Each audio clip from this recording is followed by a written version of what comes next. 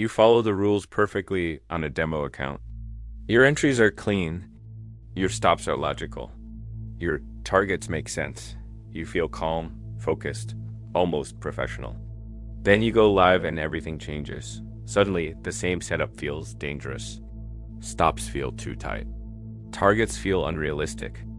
And decisions that were effortless on demo now feel heavy, slow, and emotional. This is the paper trading paradox.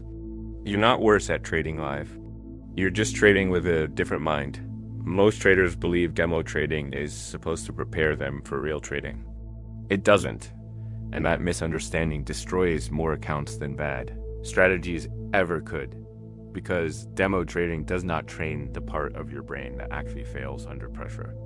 On demo, you trade with your analytical mind. On live accounts, you trade with your risk mind. And those two minds behave nothing alike. Your analytical mind loves logic. It sees probability clearly.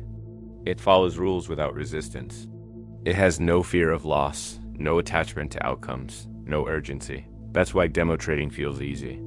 You're solving a puzzle, not managing risk. You're analyzing charts, not protecting money. You're learning structure, but not consequences. Live trading activates something completely different. The moment real money is involved, your risk mind wakes up. This part of the brain doesn't care about setups. It doesn't care about edge. It cares about safety. It asks different questions. What if I'm wrong? What if this reverses? What if I lose again? What if this confirms I'm not good at this? And once the risk mind takes control, logic becomes fragile. This is why traders say things like, I don't know why I did that, or I broke my rules for no reason. There was a reason. The reason was emotional exposure. Demo trading removes exposure. Live trading amplifies it. That's why demo trading creates confidence that doesn't survive contact with real risk. It's not lying maliciously, but it is incomplete. Think of demo trading like a paper airplane. It teaches you the shape of flight, but it never teaches you the weight, speed, or force of a real machine. Live trading is a fighter jet. Fast, heavy, unforgiving. And if you try to jump from paper to jet, you will panic. This is where most traders fail, not because they lack skill, but because they transition incorrectly. They go from demo straight to full position sizes. They assume if the strategy worked on demo, it should work live. They assume the only difference is execution. That assumption is wrong. The real difference is emotional load. On demo, losing doesn't threaten identity. On live, losing feels personal. It feels like proof. Proof you're not ready. Proof you're not disciplined. Proof you were wrong to believe. That emotional weight changes behavior. You hesitate on entries. You move stops. You take profits early.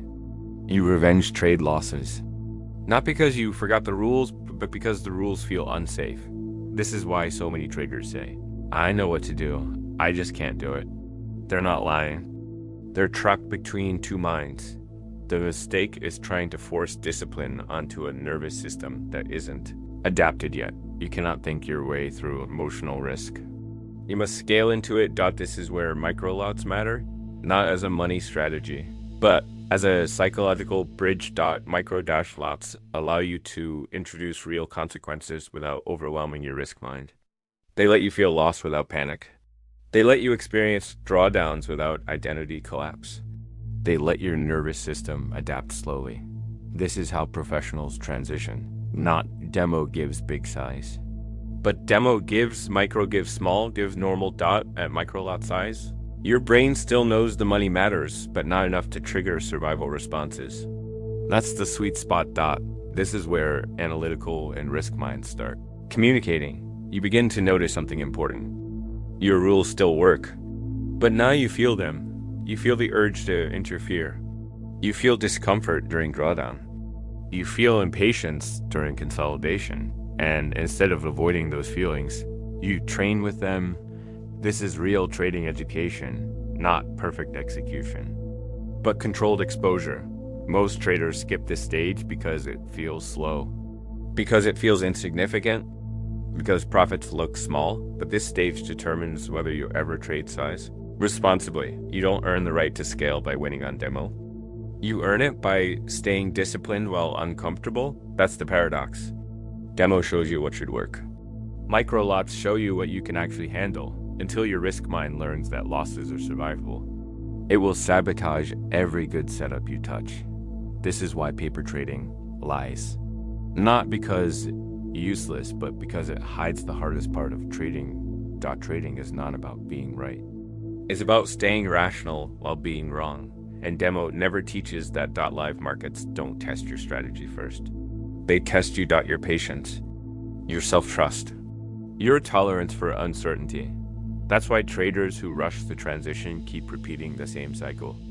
Demo success, live failure, back to demo, back to confidence, back to live, back to pain. The strategy was never the issue. The transition was. The goal is not to eliminate emotion. That's impossible. The goal is to size emotion correctly. Micro lots don't make you small. They make you honest about how you react. Honest about your limits. Honest about what still needs training. Because the market doesn't reward confidence. It rewards stability. If you're calm only when money doesn't matter, you're not ready for size. But if you can execute cleanly while feeling discomfort, you're building something real. So if you're winning on demo and losing live, don't panic. It doesn't mean you're bad. It means you skipped a step. Slow the transition. Lower the size.